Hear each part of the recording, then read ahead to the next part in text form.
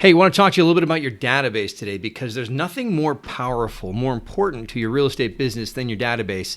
And we've been seeing some trends in the industry I want to address really quickly. Now, what we are seeing in a lot of agents' database is the number of contacts or individuals in the database has been going up. It's been trending up. And so we're seeing massive databases. I talked to an agent the other day.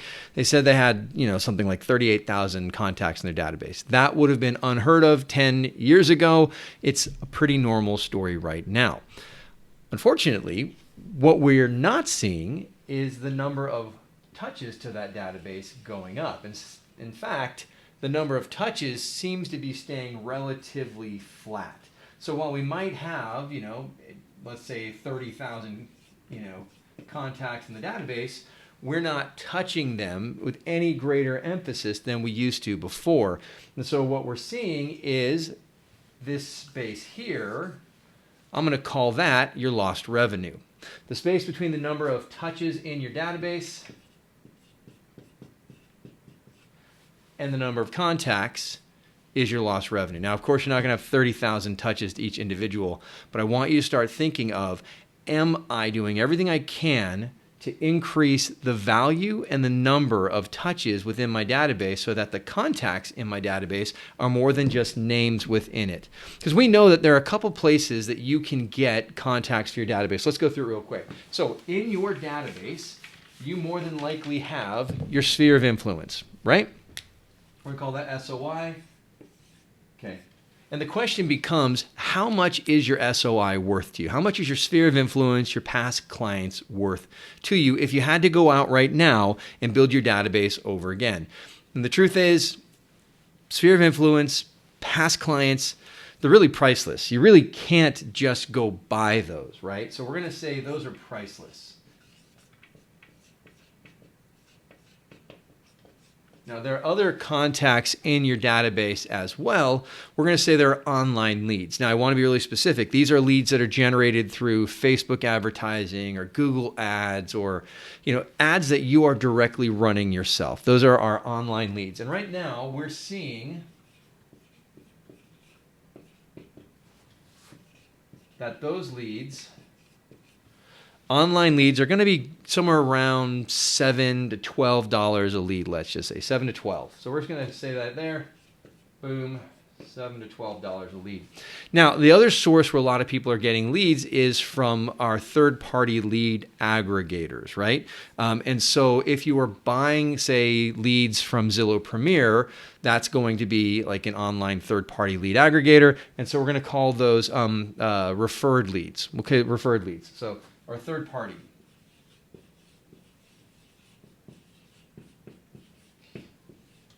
And those are on average about $80 a lead. So when you're getting those leads from a third-party lead generator. So you're not running the ads yourself. Someone else is running ads and then handing them to you.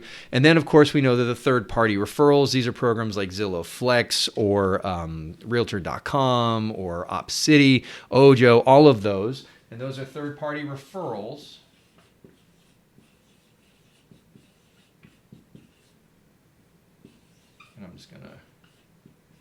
I'm trying to write it correctly. And we know that these are thousands of dollars, right? Those are thousands of dollars because you're going to pay the success fee. You're going to pay the 35, 38% on those, right? So in your database, you probably have a lot of these. Now, you might be thinking, what about my farm, Chris? Or what about my, the big dump I just got from my title rep? Let's not count those yet, right? I want to count active leads that have established relationships in some way, shape, or form. Go through your database right now and just look. How many of those do you have? How many leads do you have or contacts do you have that fall into sphere of influence? They're online leads, they're third-party leads, or they're third-party referral leads, right? So all of us have a number of what that is. The question is, if I had to rebuild my database today, what would it cost? And on average, and I'm taking data across the Keller Williams ecosystem because KW is the largest brand in the world, so we have really good data on this. We're going to say that on average, your leads are going to cost about $26, $27 to replace. Let's say $26. So let's go through that. Good. So if I have a database of 15,000 people, we're just going to run with that number from Millionaire Real Estate kind of model. We've got 15,000 people in my database times $26. That's the cost to replace my database. So what is 15,000 times 26? Let's just take a look real quick. 1500 times 26. That database, the cost to replace that database is $390,000, $390,730. So $390,000 to replace.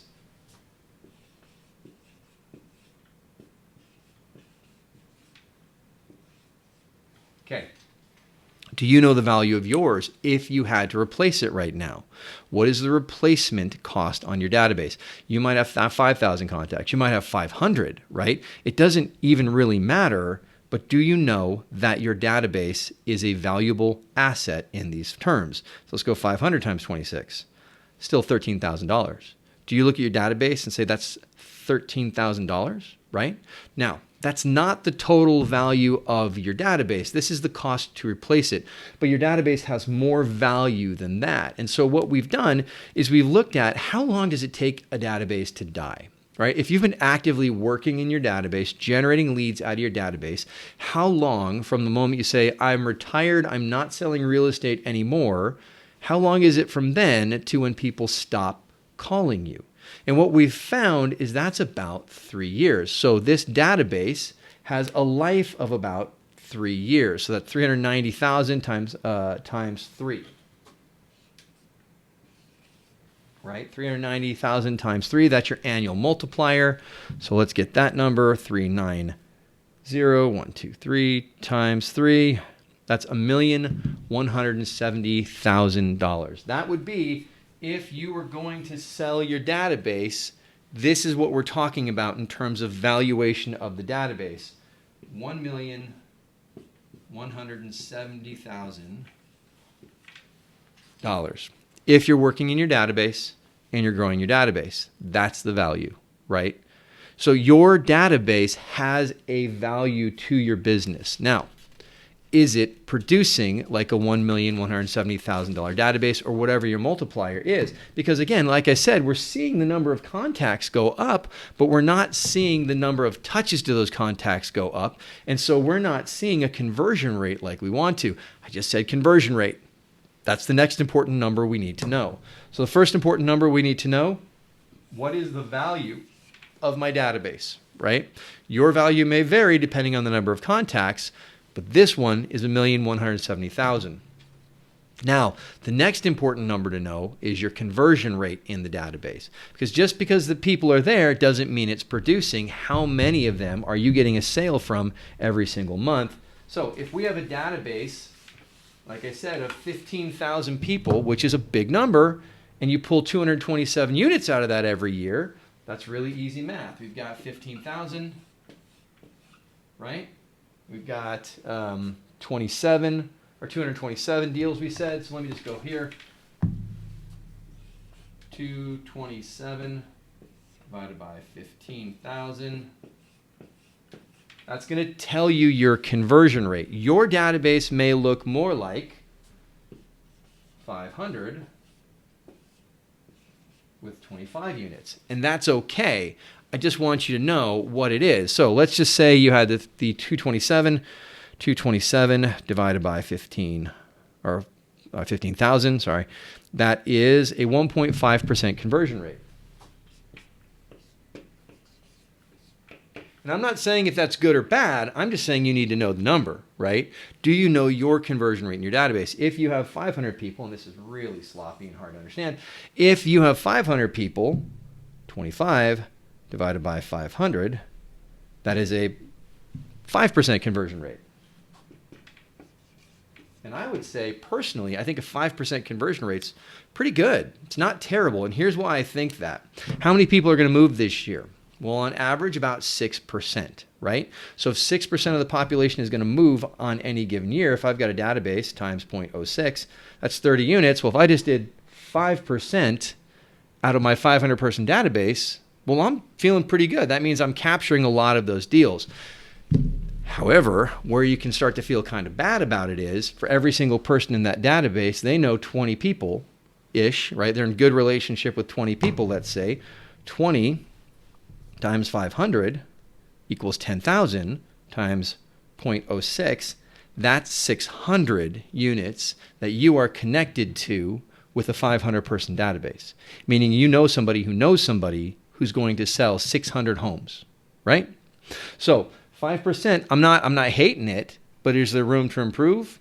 Absolutely, there's room to improve. 1.5, I got to tell you, 1.5 out of 15,000 contacts, not a great number, right? It means that the quality of my touches aren't capturing near the direct deals, right? And they're not capturing through hardly at all. And so that's the next thing we need to focus on, right? So first we know the value of our database, right? So the value of the database is important. We went through the formula on how to figure that out, right? Now we know our conversion rate.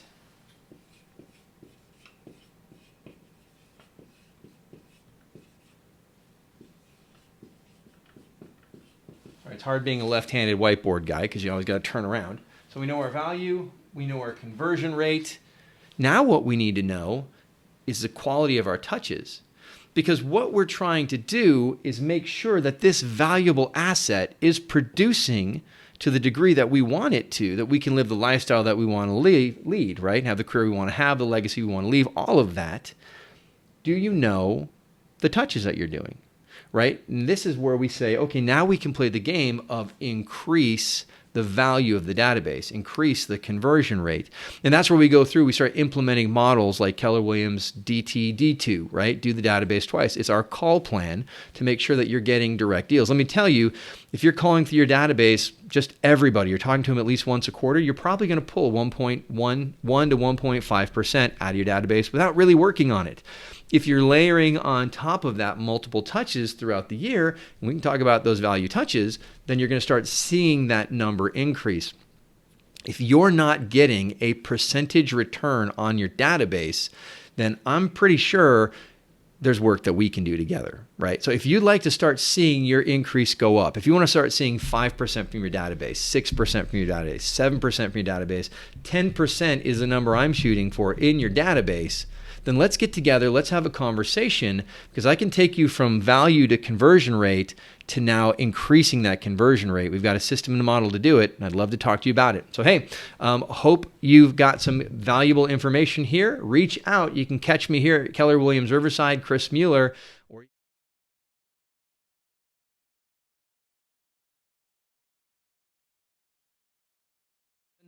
And I will talk to you soon.